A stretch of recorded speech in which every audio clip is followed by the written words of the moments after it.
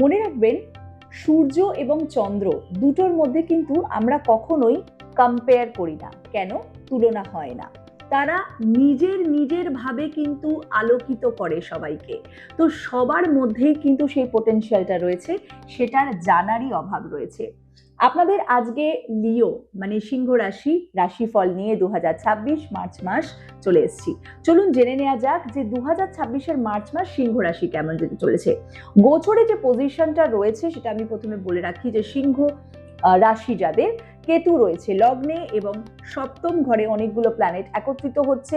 বৃহস্পতি 11ই মার্চের পরে মার্গী হবে, নিজস্ব ঘরে দৃষ্টি পাবে এবং সেখানে যারা এডুকেশন সেক্টরে রয়েছেন, যারা কোনোভাবে নার্চারিং সেক্টরে রয়েছে, বাচ্চার সাথে কোনো কাজ রয়েছে যাদের, যারা নার্স রয়েছে, টিচার রয়েছে, তাদের কিন্তু একটা এক্সট্রা বেনিফিট হবে আফটার 11th মার্চ। 5th হাউসে অ্যাসপেক্ট থাকছে জুপিটারের, কেন কি এখন জুপিটার রয়েছে মিথুনে, কিন্তু সেটা চেঞ্জ হবে এবং তার দৃষ্টি পড়বে 5th হাউসে। এরপরে হেলথের মধ্যে যদি আমি বলি সিংহ রাশিদের হেডেক, মাইগ্রেন অথবা একাকিত্ব বোধ ফিল করা, এই ব্যাপারটা কিন্তু মার্চ মাসে সিংহ রাশিদের থাকতে পারে। সেখানে একটু নিজেকে নিয়ন্ত্রণ করতে হবে, নিজের মানসিক স্টেটটাকে একটু ব্যালেন্স রাখতে হবে। এরপরে যদি আমি জিজ্ঞেস করি যে আপনার বিজনেস প্রসপেক্টস অথবা আপনার গ্রোথ, আপনার ওয়ার্ক লাইফ কেমন যেতে চলেছে, আমি এখানে খুব খারাপ দেখতে পাচ্ছি না। কেন কি দেখুন, শুক্র শনিযুক্ত তো মীন রাশিতে হয়েই রয়েছে, কিন্তু শুক্র পেয়েছে অষ্টম ঘর এবং স্বগৃহী।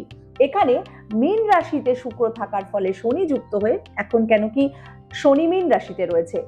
সেক্ষেত্রে আপনারা যারা বিউটি ইন্ডাস্ট্রিতে রয়েছেন, যারা মেকআপ আর্টিস্ট রয়েছেন, যারা কোনোভাবে শিল্পকলা গুণের সাথে কাজ করছেন, যে কোনো ক্রিয়েটিভ ট্যালেন্ট রয়েছে, সিঙ্গার রয়েছেন, আর্টিস্ট রয়েছেন, তাদের জন্য কিন্তু একটা ফেম বা প্রসপ্যারিটি, পাবলিক ফেস, এগুলো কিন্তু আসতে চলেছে। কোনো নিউ অপরচুনিটিসের একটা কিন্তু অবশ্যই চান্সেস থাকবে।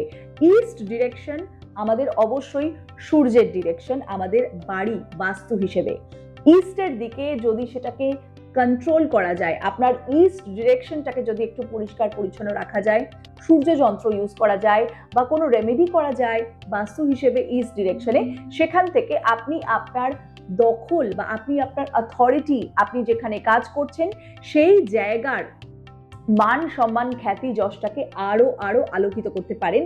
এই বছর 2026 এমনি লিওর জন্য বা সিংহ রাশিদের জন্য একটু এক্সট্রা বেনিফিট, তবে অবশ্যই সেটা ইন্ডিভিজুয়াল জন্মছক না দেখে কিন্তু বলা সম্ভব নয়। এটা গোচরের স্টেটমেন্ট, মানে ওভারঅল যাদের সিংহ রাশি, বাট সিংহ রাশিদেরও তো আলাদা আলাদা জন্মছক রয়েছে, আলাদা দশা রয়েছে, তার ইম্প্যাক্টটাও কিন্তু অবশ্যই দরকার।